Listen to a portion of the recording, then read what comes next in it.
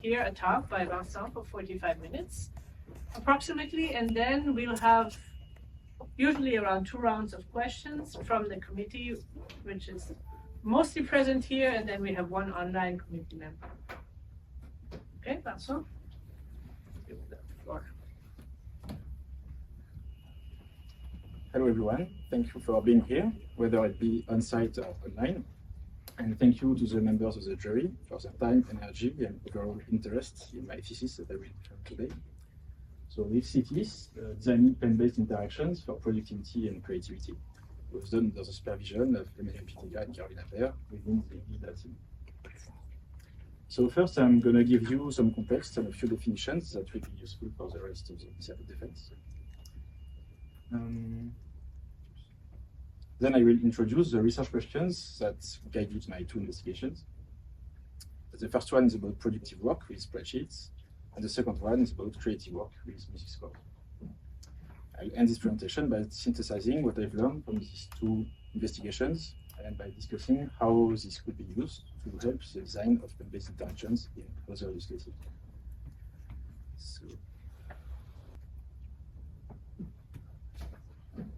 So designing interactions for productivity and creativity, why will I pick these 2 contexts? Because they rely on different things. You see, productivity has been widely studied in disciplines such as economics, business, and sociology, and has been defined as a relationship between output and input, between result and sacrifices, or as a ratio between the total output and total input. In the dictionary, we find the definition a bit more general: the rate at which a person, company, or country does useful work. So if you want to keep the essence of these definitions, but frame it in a way that can be applied to human-computer interaction, it gives us something like that. Productivity is the ability of a user to produce value efficiently. Meaning, a tool which allows a user to be productive must help minimize the amount of wasted time and energy and maximize the amount of goals met. In other words, it should promote efficiency. Creativity, however, is more complex to define and has been subject to debate since the 1950s, when Guilford drew the attention of the psychology community on it. Since then, we have heard about the 4 Ps of Melrose: person, process, press, products. But more recently, definitions of creativity seem to gravitate around these 2 sets of features. Creativity would rely on producing something that is novel, original, but at the same time has value, and because it is appropriate in its context. So by reframing it, we get something like that. Creativity is the ability of a user to produce novelty and value. Meaning, a tool which allows the user to be creative must help in being reasonably efficient, but must also give the flexibility necessary to generate ideas. And by flexibility, I mean the ability to work in an unconstrained manner, which is crucial to explore, try and fail, and produce novelty. So on desktop, productivity and creativity are supported by many tools like those, which are powerful because of the structure. For instance, Microsoft Excel and Oracle. Structure is just a set of rules over the content. But it's really important because if users follow this set of rules and do what the tools allow them to do, they gain access to many functionalities, like copy and paste, and they are able to create readable and professional documents with the help of formatting. A good example of a tool which does not have structure is a blank sheet of paper. It has many qualities because you can work on it in an unconstrained manner, but it's also very limited because it does not have rules over the content you put on it. Now, the structure that we find on these tools can be visible, it can be manipulable, it can be both.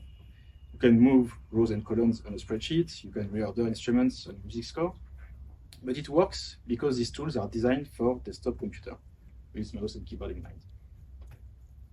So when you find yourself with the same exact structure on interactive surfaces, it causes critical issues, because instead of a mouse and keyboard, you have your fingers and a digital pen. The interface can quickly become cluttered, especially with the smaller interactive surfaces, like tablets, making it difficult to see and interact with your content.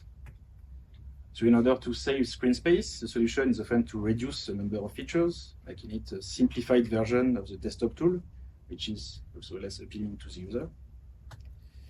On wider interactive surfaces, like the Microsoft Surface Studio, a tool which is barely adapted or not adapted at all from a mouse and keyboard use, may discomfort or fatigue, may cause discomfort or fatigue from the gestures. But the issue I'm particularly interested in is the last one, friction from interactions. For instance, when you want to edit the content and the structure gets in the way, or when you want to edit the structure and the content gets in the way. It can happen when the structure is unadapted and the pen and fingers are used as generic pointers, and this regardless of screen size. Many previous works have already focused on what the pen can do and what the fingers can do in several contexts, like technical work and problem solving, strategy games, active reading, and 3D manipulation, and have found many interesting properties for them. To summarize, fingers are good to manipulate objects, but the pen is better to write or select elements on the screen. And from these properties alone, the pen offers a lot of interesting opportunities, and this is why I chose to focus my efforts on it. For instance, you can use it to scribble thoughts, sketch, invoke command marks, draw arbitrary strokes, or leave traces to be activated later. In any case, the pen is not to be treated as a mere replacement to the mouse, and the design should consider its unique affordances to make the best use out of it. So as we saw, there are advantages to the structure of productivity and creativity support tools, and there are advantages to the expressivity and precision of the pen. So how can we articulate both of them to benefit only from their advantages? This is why my research questions focus on this articulation and to propose interactions that promote efficiency in the case of productivity and efficiency and flexibility for the case of creativity.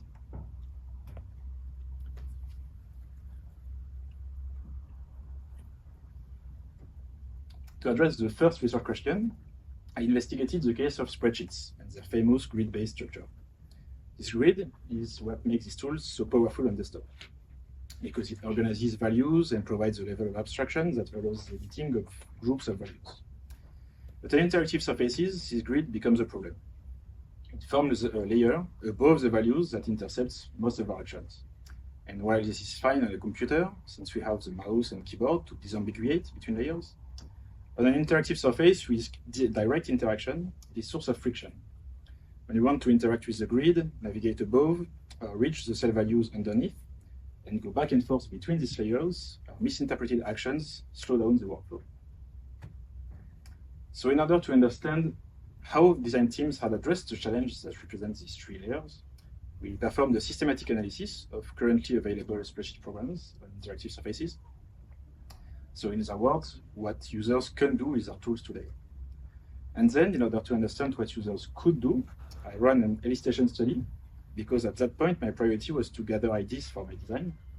And even though elicitation studies are famous for their legacy bias problem and low agreement score between users, I was hopeful to see trends and gestures that could be directly applied to my design. For a systematic analysis, we cross-compared three of the most famous programs: Apple Numbers, Microsoft Excel, and Google Sheets in various operating systems and on various interactive surfaces. And then we documented the effect triggered by basic actions, like tap, double tap, or drag. And there was an important lack of consistency between configurations, revealing little agreement among interface designers. For instance, moving the finger will sometimes move the workspace, sometimes move the selection, sometimes initiate a new selection, and sometimes enlarge the selection. So already there are inconsistencies between configurations with the grid and navigation layers.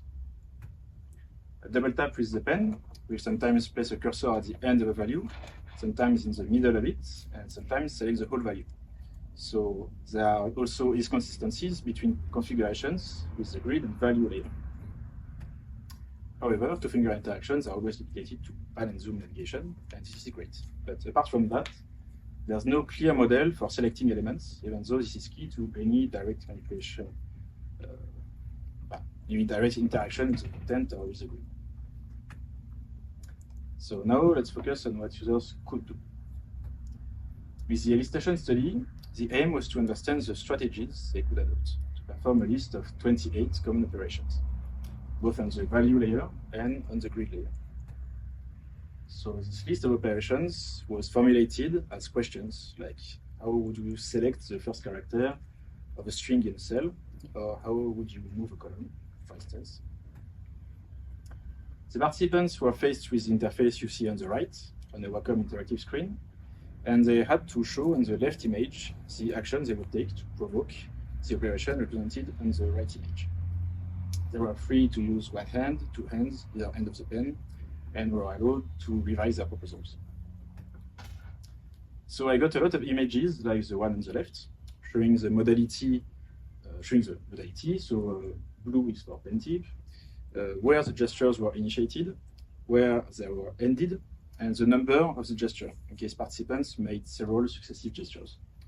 And I encoded this information manually in a spreadsheet. Then I relied on gesture agreement scores to observe that there was indeed very little agreement among users regarding gestures, but also relied on custom visualizations to better understand the strengths or strategies. For instance, the visualization on the right illustrates the strategies proposed to select characters inside the cell. Whether it be the first character, the middle character, the last character, a sequence on the left, a sequence in the middle, or a sequence on the right. The vast majority of participants chose to use the pen, and most of them underlined their targets or did some kind of enclosing. However, most of our findings are related to the modality choice. On this plot, we can see the list of operations on the x-axis and the proportion of modality uses by participants on the y-axis. The pen tip is in dark blue, the pen eraser is in blue, single touch is in orange, multi-touch is in dark orange, and simultaneous pen and touch is in purple. So firstly, pen and touch are often considered interchangeable by participants. So modality alone can't distinguish between interactions aimed at the grid layer and interactions aimed at the value layer. Two exceptions are the selection of values and the deletion of elements, both of which are almost systematically performed with the pen, for the higher precision it offers and for the eraser analogy. Also, participants rarely use custom marks. And when they did, there were simple marks like circles, arrows, V-signs, and zigzags, and no two participants proposed the same mark. These marks could be useful as shortcuts for expert users, but our participants did not spontaneously propose to use them. In the end, there was very little use of pen and touch together as a combined gesture, and virtually no use of multi-touch, since, as we saw before, multi-touch is always used for navigation.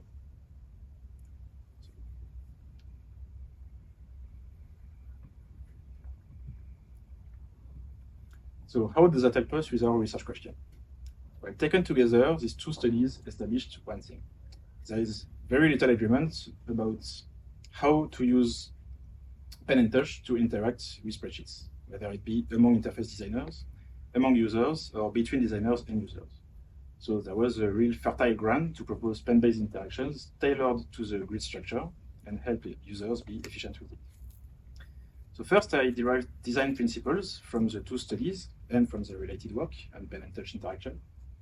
So employ simple gestures, limit mode switches to prevent confusion, for instance, between a selection, manipulation, and navigation layer.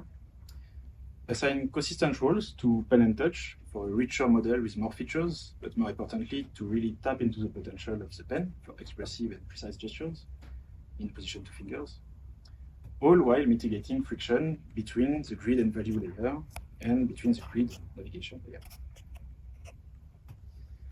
To mitigate friction between the grid and value layers, I first tackled the selection issue. In the elicitation studies, there was a strong tendency to use the pen for value level selections inside cells by underlining or enclosing characters. So I implemented a relaxed strategy to do that, where users are free to draw the marks they want, as long as they remain within the boundaries of a cell. This way, instead of interacting with the grid, they can rather break through it.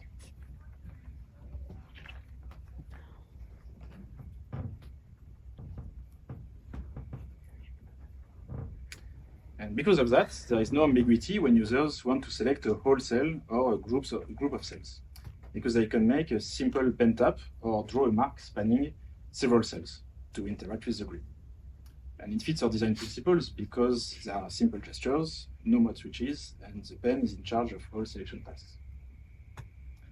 Of course, we often want to select multiple elements. At value level, I propose to leverage the trace left by the pen to extend the selection to the whole column. In the example on the left, I selected the last name, so every character before the first comma, and generalized it in order to have every last name in the column. To do so, I temporarily ignored the grid from the moment of contact to the end of the gesture.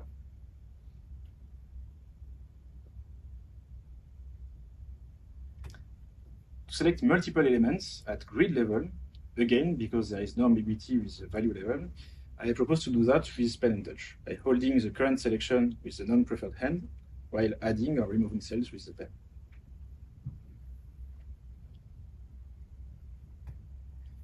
Now, to mitigate friction between the grid and navigation layers, I designed two types of widgets, which leverage the pen precision to help users avoid unnecessary gestures on the grid. These widgets are in fact new spaces that are away from the structure, but are still able to be interpreted by it. I named the first one the mini table. It shows a small overview of the dataset and lets users see rows and columns that are beyond the viewport. It allows them to scroll to a distant location and facilitates the manipulation of elements that are far away, relying on pen and touch together. Users can also use it to select ranges of rows and columns, reducing the need for endless panning through the dataset.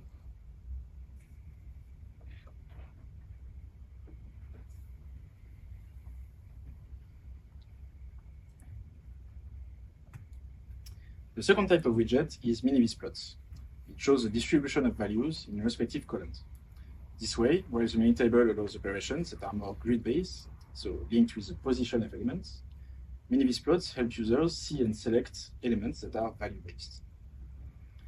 So users can interact with bar charts, density plots, and box plots, instead of actually navigate the table, also reducing the need for endless panning and unnecessary friction.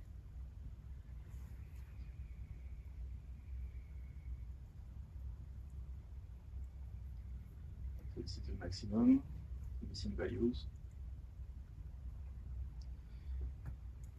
So this was just a few examples of the interactions that I designed to leverage the pen opportunities and the grid advantages. In order to observe if they indeed promote efficient work, I ran a semi-structured qualitative study with 6 data workers and observed users' ability to appropriate them and use them. To make them really involved, I asked them to send me a dataset they've been recently working on, and this is what they've manipulated during the sessions. So I let them play with the dataset for as long as they wanted, but it was usually around 45 minutes. At the end of the sessions, they filled out a questionnaire about their experience. The sessions were video and audio recorded, so I analyzed the videos by encoding manually every interaction from the users, depending on the interaction type and success. So an interaction is successful if the effect of an interaction is aligned with what the user intended to do. So it means that there is no friction. Because the user were thinking aloud during the sessions, it helped me with my encoding when the intent was unclear. So in orange, we have basic operations in direct contact with the grid, moving rows and columns, these kind of things. In light blue and purple, we have the interactions with the mini-vis and mini-table. In dark blue, the interactions with the value layer. In yellow, the annotations users made on their table. And in green, there are general comments about the system. So in the first plot, the colored segments are over the line if the interaction was successful, and under the line if it was not. The second plot illustrates the relative time they spent performing the different types of interactions. And with both of these plots, the color coding really helps realize that users engaged in different types of interactions and that they were generally without friction. So to sum up, this study showed that users were generally satisfied with the model regarding the operations, which purely relied on structure, and the new one that rather tried to ignore or circumvent it. And they were quickly efficient with it. They used the widgets a lot, but for various purposes and various proportions, depending on the participant. They were quickly fluent with value level selections and manipulations, and were able to make elaborate transformations from value editing to table reshaping with very few friction. And finally, they were able to create meaning from their data that they hadn't been able to do with their desktop tools. Implying that not only can they be efficient with these interactions, they can really benefit from the precision and expressivity of the pen. So this project had been done with Caroline Appert and Emmanuel Kretiga, and it was published as a full paper in Tokai last year.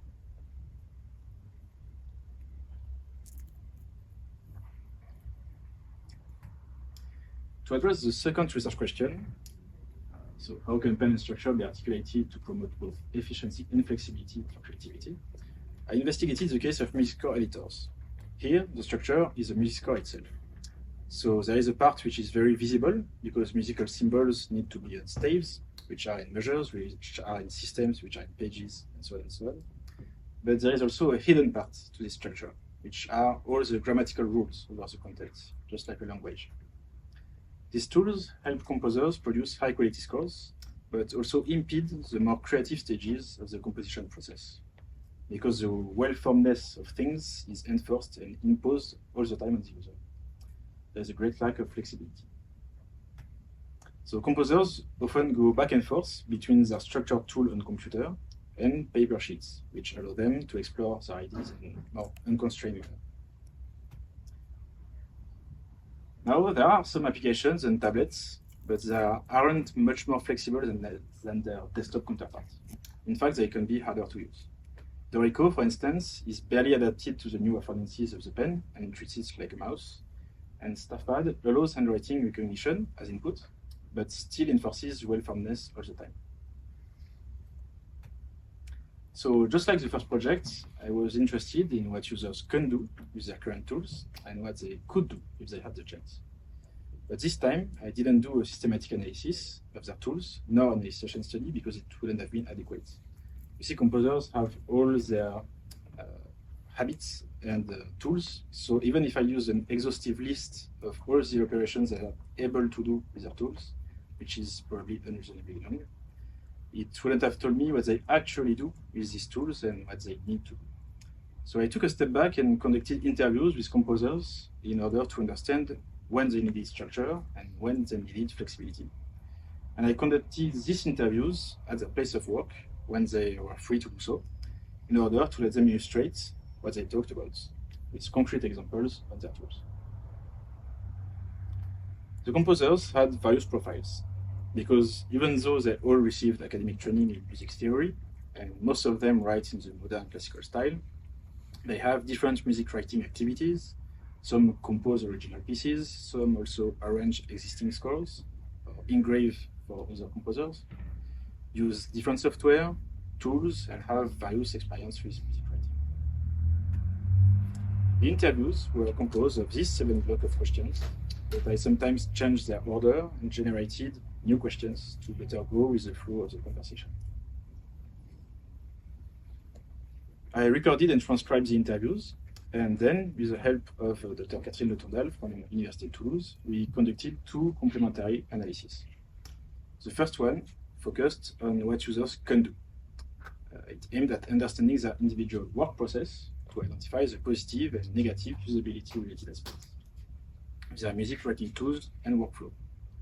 And the second one focused on what composers could do, aimed at understanding their individual thought process to capture insights about their creative activities.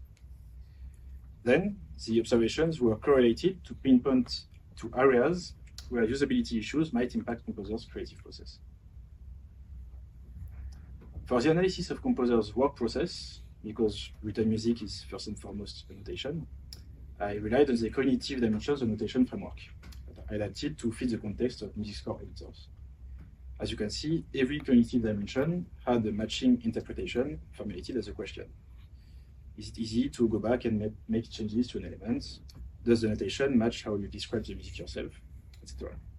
So I want to make it clear so that I did not ask these precise questions during the interviews, but this is what I had in mind when classifying the composer's comments into the different cognitive dimensions when possible. So the first step of this analysis was to filter and sort comments into a first table with cognitive dimension in rows and composer in columns, just like this. The second step of this analysis was to further sort the comments in a second table, wherein they were aggregated into higher level observations and categorized based on 5 activities that I will detail later. each of these observations could match several cognitive dimensions in a positive or in a negative way. So it was color-coded as such, blue and red. And the table also provided explicit cross-references to the original raw comments of the previous table to be sure that there was no misclassification. For the analysis of composers' thought process, we collected comments that were not covered by the first analysis, because there were higher-level remarks not strictly related to notation. So they were methodically filtered, sorted, and aggregated into high-level insights identified from the input. Just like this. Going back to the composer's work process. As I said, I organized the observations according to 5 activities. And it is worth emphasizing that nearly all composers engage in all 5 activities when using their music notation software. So transcription, incrementation, modification, exploration, and search. These activities were defined by Blackwell and Green under the freedom of investment of attention. So it's a bit orthogonal to the cognitive dimensions, and a single cognitive dimension can have a role in several of these activities. The first one, for example, transcription, is about the numerous copying tasks they have to engage in because of the various tools and mediums they have to use. It takes a lot of time and it's very repetitive, so for each case, I analyzed the usability issues. So from immediacy to computer, for instance, immediacy is when they use the dictaphone, so they have to transcribe from the sound, from the audio extract to computer, or from paper to computer. From computer to computer when they use 2 different tools, or from computer to paper. Incrementation is the activity of purely adding or removing bits of information. The first takeaway is that music notation software make composers sacrifice flexibility for aesthetics, because working on the final product can cause major issues of form and positions, even from the tiniest incrementation. The second takeaway is that the copy and paste function plays a central role in their work because it represents a huge time saver, but there is a lot of room for improvement. Modification focuses on reorganizing the layout of existing notation. This activity holds multiple structural dependencies, because some elements are attached to a measure, and some others are attached to the page, and because adjusting the layout of measures in a page is extremely delicate and versatile. Some elements might follow, some others might not. Exploration is when composers go through writing without being sure of what will result, in order to see and understand the music mechanisms and generate ideas. When they do it on the final score, they have to adopt many strategies to benefit from the context without disturbing the work done earlier in ways difficult to predict.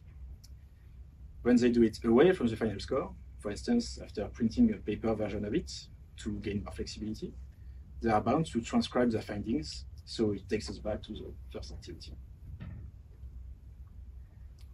Finally, composers are constantly searching for information within the score, either when they are looking for an element or reviewing their work, checking for possible mistakes. To do so, they rely on 5 main strategies, and every one of them holds its specific trade-offs and usability issues. So everything that was not strictly related to usability issues, but more to how composers conceive music in their minds, got captured under these 3 themes that emerged from their comments. Interplay between details and high-level concerns, experience of time, shaping of a specific individual. The first one relates to the recurring mentions of a micro and macro level, because music is an art of details that need to be refined, but at the same time, it's essential to take a step back and have a different perspective and understanding of the piece. And as different composers have different practices, this interplay can take many forms. The second theme is about the important role of time and the aspect of linearity and change that come with it. Time, because elements and episodes in a score needs to be skillfully balanced. Linearity, because of the way listeners experience the piece, opposed to the way composers often conceive it. And change, because of the need for novelty and variations through the piece. And the last one is about the assembly challenges that composers face when putting the piece together, because they often have many bits of ideas here and there and need to make them fit together as a whole. They have all kinds of metaphors for the way they see their score and how they progressively bring it to life.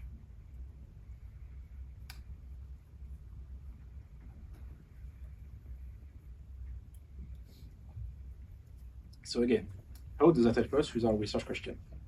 Well, I crossed these two complementary analyses to pinpoint areas where there were opportunities for the pen to lower or temporarily remove the constraints of the notation and environment.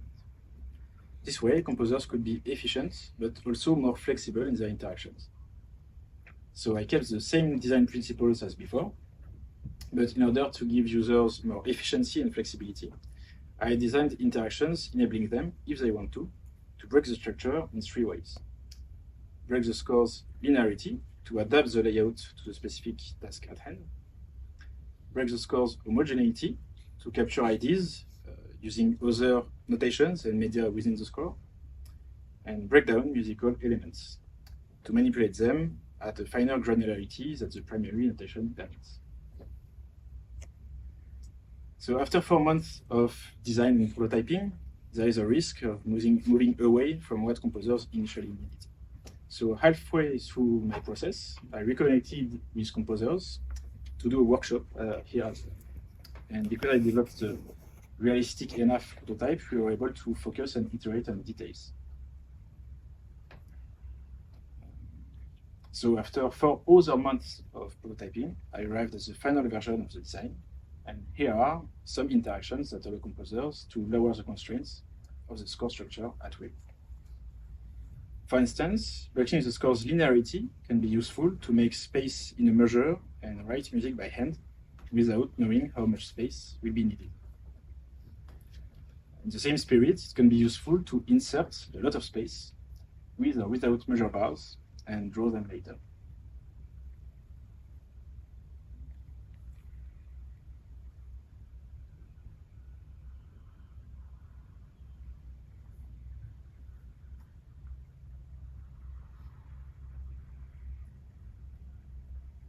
So this is inserting a lot of space without bars. And so this is adjusting manually the density of a measure and fine-tuning the layout later.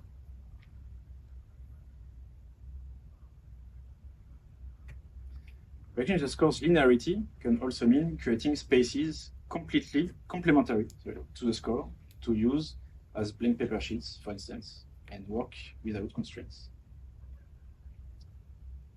So a large space like that on the left, which has kind of a general wall, and more positioned inside the score kind of space to be closer to the zone that we want to work on or localize. Breaking the score's homogeneity can be useful because composers do not rely on musical notation alone. So they can use the pensieves to draw diagrams, import PDF files, audio files, pictures, and drop them in the score if they desire.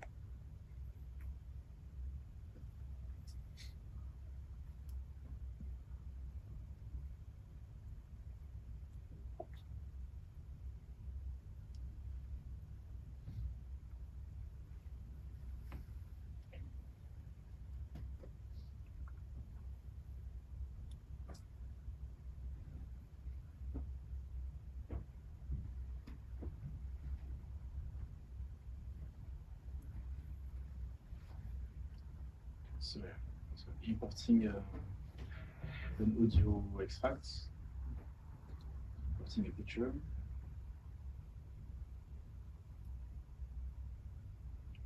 and then dropping them in the score because we want to see in that place what it sounds like, for instance, or what it looks like.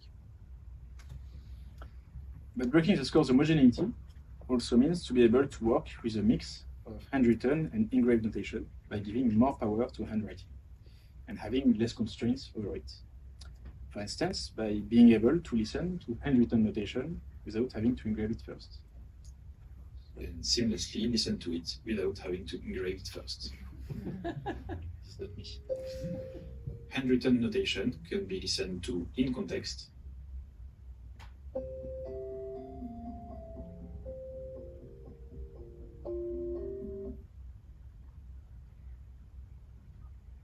And engraved on demand. I have to talk anymore. And finally, breaking down musical elements, which relies on the precision and expressivity of the pen. Can be useful to select and copy-paste only the attribute of an element that is of interest to the user. In this example, we are interested only in the pitches of a sequence and not its rhythm. So we copied the pitches and pasted them on another sequence with a different rhythm.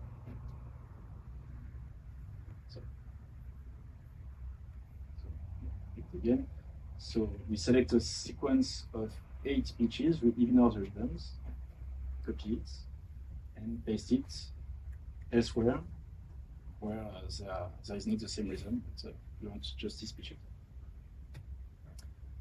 I evaluated my interactions with an online questionnaire based on videos of the prototype, but in order to gather as much information as possible from composers, we made video call sessions where they give me feedback rooted in their work practices.